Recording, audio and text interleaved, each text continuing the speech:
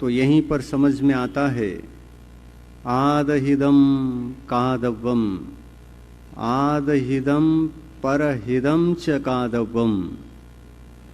आदहिदम कादव्वम पहला चरण है। भगवान ने क्या उपदेश दिया है?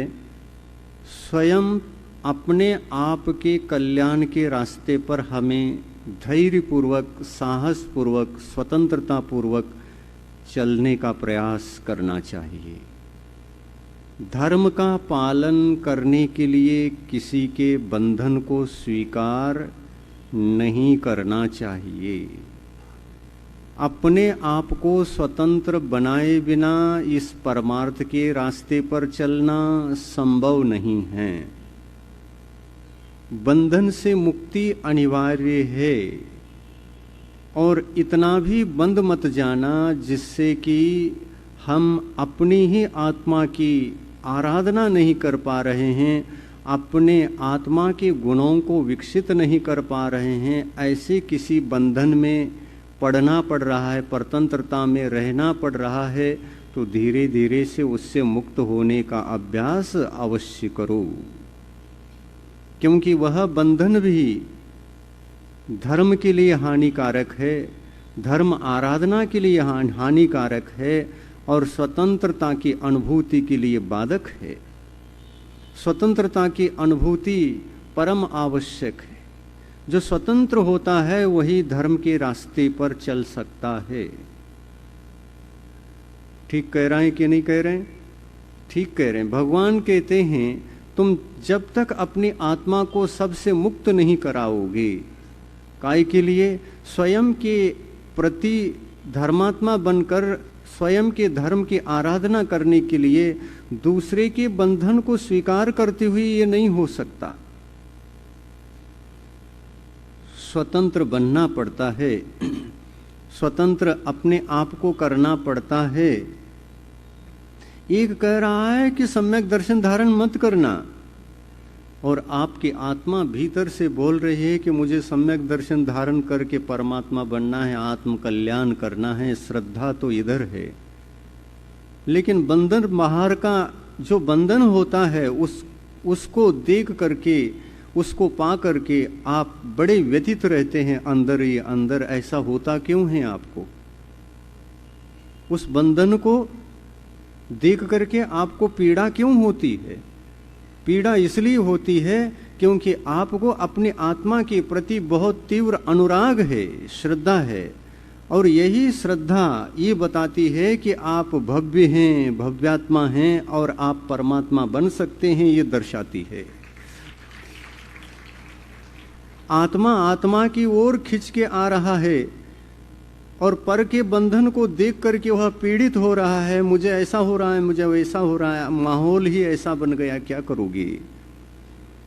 क्योंकि पिछले भव के कुछ कर्म होते हैं ना, इसलिए वे कर्म उदय में आते हैं, तो ऐसे निमित्त ऐसा माहौल बन जाता है जो आपके लिए बाधक उपस्थित होता है।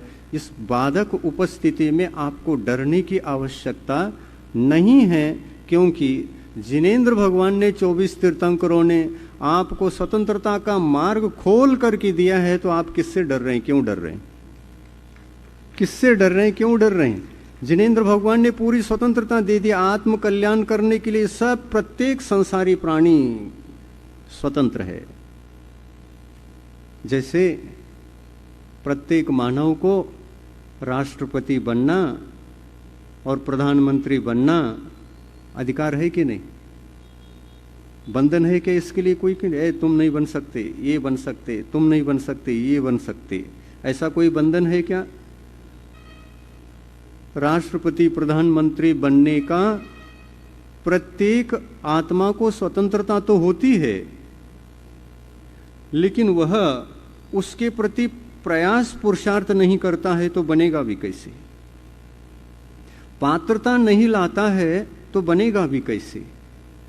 ऐसा ही आत्मा, प्रत्येक आत्मा संसार का परमात्मा बन सकता है। ये जिनेंद्र भगवान की दिव्य वाणी है।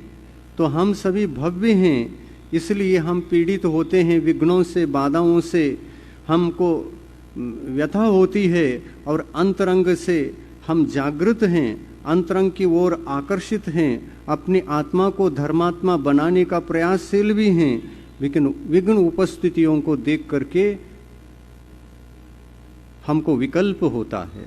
ये विकल्प होना भी चाहिए।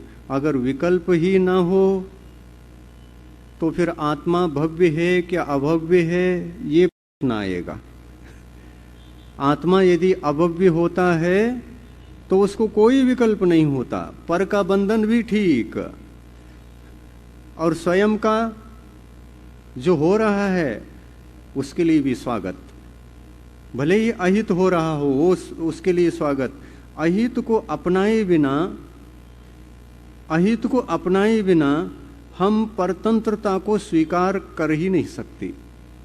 हम पहले अपने अहित के मार्ग को अपनाते हैं, तब कहीं जाकर के दूसरे से परतंत्रता को स्वीकार करते हैं। और उस परतंत्रता को यदि हम दूर करते हैं तो यहाँ पर अहित होना भी बंद हो जाता है, कल्याण ही कल्याण होने लगता है। ऐसे कल्याण के मार्ग को हमें अपनाना है। यह परमार्थ का मार्ग है। इस परमार्थ मार्ग के प्रति बड़ी श्रद्धा आस्था रख करके यदि हम इसी तरह से धर्म के रास्ते पर चलेंगे तो निश्चित रूप से हमारी आत्मा परमात्मा बन सकती है। आप सबकी आत्मा परमात्मा बने। आप अपने गुणों की विनय करें, पर के गुणों की भी विनय करें। अपने को गुणवान बना करके जो पर के गुणों की आराधना करता है वह धर्मात्मा परमात्मा बनता है। ऐसे परमात्मा दशा सबको उपलब्ध हो, इसी भावना के साथ अहिंसा परमो धर्म की जय।